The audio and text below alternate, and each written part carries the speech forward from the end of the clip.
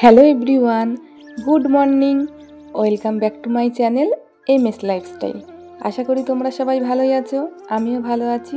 আরও একটি নতুন ব্লগ নিয়ে তোমাদের সামনে চলে আসলাম। ব্লগটি কিন্তু কেউ স্কিপ করে দেখো না, সবাই সম্পূর্ণটাই দেখো, এইটুখানেই অনুরোধ তোমাদের সবার কাছে।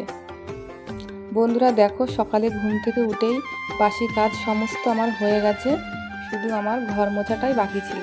তাই ভাবলাম যে ঘরটা মুছেই নিই। আর জানো তো বন্ধুরা, আজকে অনেক সকালে ঘুম থেকে উঠেছি, কারণ আজকে তো বৃহস্পতিবার, আর বাঙালি ঘরের বউদের তো বৃহস্পতিবারে প্রচুর কাজ থাকে। কারণ অন্য দিনের তুলনায় বৃহস্পতিবারটা সব কিছু একটু পরিষ্কার করতে হয়, তারপরে ঠাকুরের দিকটাও একটু পরিষ্কার করে নিতে হয়, আর একটু ভালো করে পুজোর জিনিসগুলো গুছিয়ে নিতে হয়, আর পুজোটাও কিন্তু অনেকটাই টাইম করে দিতে হয়। সেই জন্যই সকাল সকাল ঘুম থেকে উঠে সমস্ত কাজ, আশিবাসি সমস্ত কাজ আমি সেরে নিয়েছি, নিয়েই শুধু ঘর মোছাটাই বাকি ছিল। আর ঘরটা মুছে নিয়ে রান্নাটাও করে নেব, তাহলে রান্না করার পর স্নান করে পুজোটা দিতে পারবো। আর রান্নার তাড়া থাকলে হয় না, সব কাজ কমপ্লিট করে পুজোটা আমি সুন্দর করে পুজোটা দিয়ে নেব ঠাকুরকে।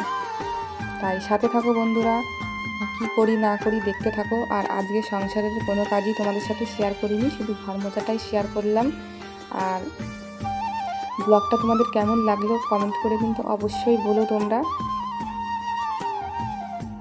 আর তোমরা যে যেখান থেকে আমার ব্লগটা দেখছো না কেন, সবাই সুস্থ থেকো, ভালো থেকো। দেখো বন্ধুরা, রান্নাঘরে চলে এসেছি তারপরেই, আর ভাত এদিকে ফুটেও গেছে। আর দেখো, তোমাদের দাদা ভাই মাছ নিয়ে এসেছিলো কিছু, পোনা মাছ। সেই পোনা মাছটা কাটিয়েই নিয়ে এসেছিলো, আমি পরিষ্কার করে ধুয়ে লবণ হলুদ মাখিয়ে নিয়েছি, নিয়ে আমি ভাজা করে নেব। আর আজকে তোমাদের দাদা ভাই একটু কাছাকাছি কাজ করছে বলে খেতে আসবে, তাই দুপুরেই রান্না করে নিলাম। দুপুরে কিন্তু রান্না করলে গরম গরম ভাত, গরম তরকারি দিয়ে কিন্তু খেতে কিন্তু দারুণ টেস্টি লাগে খেতে।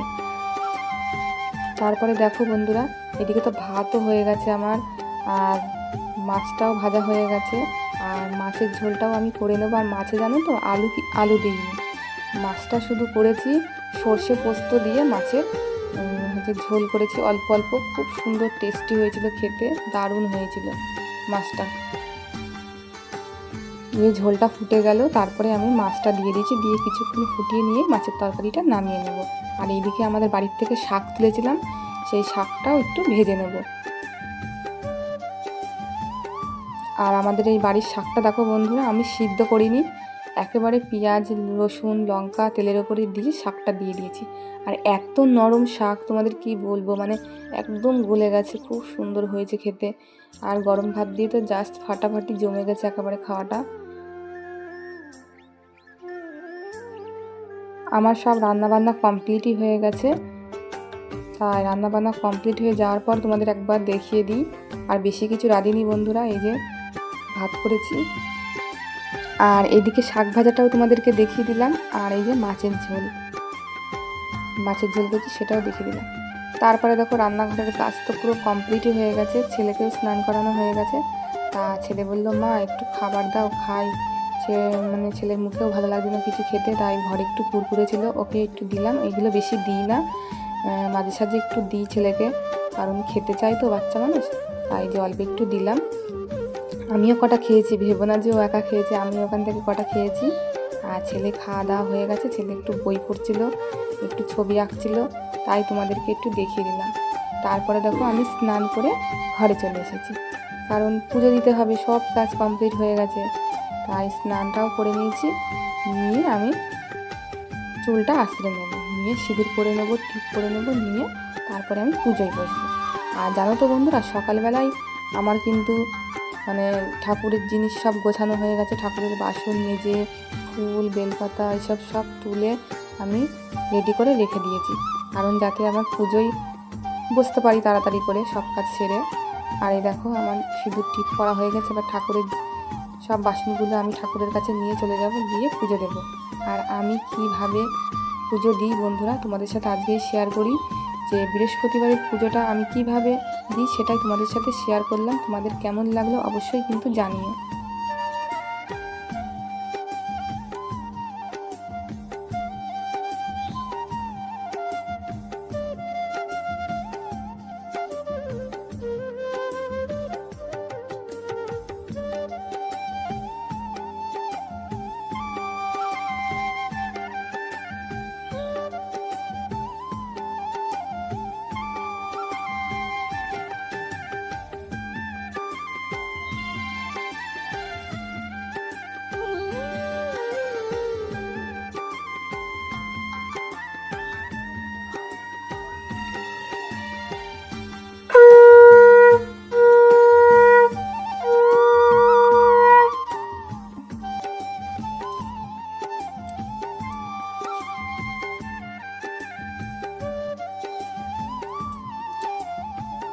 শ্রী লক্ষ্মী দেবীর ব্রত কথা ও পাঁচালী স্তব।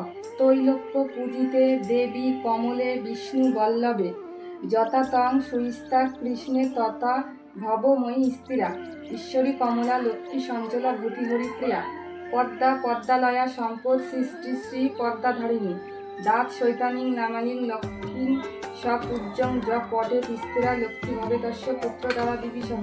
ব্রতকথা আরম্ভ। নারায়ণং নম সংকীর্তং নরেচ নরোত্তম দেবী সরস্বতী চিন্তক তত জয়মুদিরয়, বন্দে বিষ্ণুপ্রিয়া দেবী দারিদ্র্য দুঃখ নাশিনাং ক্ষীরপুত্রীং কেশবকান্তাং বিষ্ণুবক্ষং বিলাসিনাং। দোল পূর্ণিমা নিশি নির্মল আকাশ, ধীরে ধীরে বইতেছে মলয় বাতাস, লক্ষ্মী দেবী বামে করি বসি নারায়ণ, করিছেন নানা কথা সুখে আলাপন, বিনাকালে বিনা করে আসি মুনিবর, নারায়ণের সাক্ষাতে করিলা বিস্তার।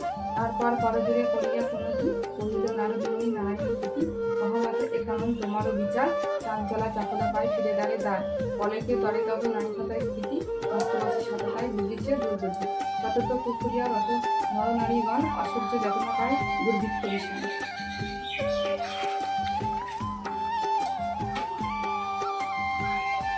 আমার পুজো দেওয়া কমপ্লিট হয়ে গেছে। পুজো দেওয়ার পর আমার ঠাকুরকে কেমন লাগছে সেটাই তোমাদেরকে দেখিয়ে দিলাম।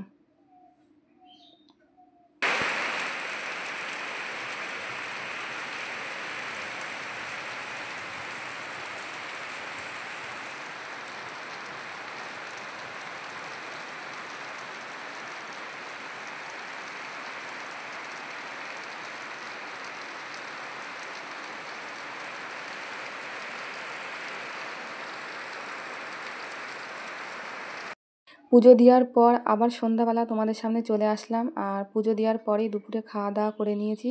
আর বিকালের দিকে খুব জোরে বৃষ্টি হয়েছিল, সেটাও তোমাদেরকে একটু দেখিয়ে দিলাম। আর তারপর আর কোনো ভিডিও করিনি, একেবারে সন্ধ্যাবেলায় করছি। তা কিছু জামা কাপড় ছিল আজকে কাচাকুচি করেছিলাম, সেগুলো ভিজে আছে, সেগুলো দেখো বন্ধুরা খাটের স্ট্যান্ডে মেলে দিয়েছি। আর আগের দিনের জামা কাপড়গুলো শুকিয়ে গেছিলো, সেগুলোই ভাঁজ করে আমি কিছুটা আলনায় যেখানে রাখা সেখানে রেখে দেবো। আর তারপরে আমি সন্ধেটাও দিয়ে নেবো। সন্ধে দেওয়া হয়ে গেলে তারপরে আমি ছেলেকেও বই পড়াবো। ছেলেকে বই টই পড়িয়ে তারপরে, আর রাতে তো রান্না নেই, আজকে আমার রান্নাও হয়ে গেছে, কোনো চিন্তা নেই। আর এই জামাগুলো দেখো এই জায়গাটায় রেখে দিলাম, এগুলো টুকটাক এখানে ওখানে গেলে পড়তে হয়, সেগুলো এটার মধ্যে রেখে দিই।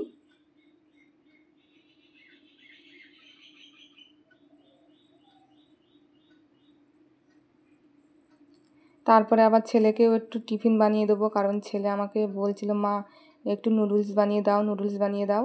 তাই আমি বললাম দাঁড়া বাবা সন্ধ্যাটা দিয়ে নিই, তারপরে বানিয়ে দিচ্ছি। আর তোমাদের দাদাভাই শুনে বলছে যে আমার জন্যও তাহলে একটু করো, বললাম ঠিক আছে। আর দেখো আমি ঘরেই সন্ধ্যা দিয়ে নিচ্ছি। আর শোকেসের এই কাচের ভিতরে আমার অনেক ঠাকুর আছে, সবাইকে সন্ধ্যা দেখিয়ে দিলাম। দিয়ে আর ঘরের মধ্যেটাই দেখিয়েছি, কারণ বাইরে যেতে পারিনি, প্রচুর বৃষ্টি হয়েছে আজকে, খুব কাদা, সেই জন্য আর বাইরে গেলাম না। একেবারে ঘর বারান্দাটা ঘুরিয়ে নিয়ে আমি ঠাকুরের কাছেই রেখে প্রণাম করে নিয়েছি। আর তারপরেই ছেলের জন্য সন্ধ্যার টিফিন বানাতে আমি চলে গেছি রান্নাঘরে। আর ছেলেকে টিফিন বানিয়ে এনে দিয়েছি। আর ছেলে খাচ্ছে দেখো বন্ধুরা। আর ও আবার নুডলসটা একদম শুকনো শুকনো খায়, ঝোল ঝোল খেতে পছন্দ করে না, ওকে একদম চাউমিনের মতো শুকনো শুকনো বানিয়ে দিয়েছি। আর তোমাদের দাদা ভাইকেও অল্প একটু ওখান থেকে দিয়েছি, পাশের প্লেট আছে, অল্প একটুই দিয়েছি, ওকে বেশি দিইনি, মানে ছেলের থেকে একটু ভাগ ওকে দিয়েছি। তা বন্ধুরা তোমরা সবাই সুস্থ থেকো, ভালো থেকো। আজকের ব্লগটা কিন্তু এই পর্যন্তই, দেখা হবে আরও একটি নতুন ব্লগের সঙ্গে। তোমাদের যদি আমার ব্লগটা ভালো লাগে অবশ্যই লাইক, কমেন্ট, শেয়ার ও সাবস্ক্রাইব করে দিও, আমার পাশে থেকো। আর নতুন বন্ধু হলে অবশ্যই সাবস্ক্রাইব করে দিও।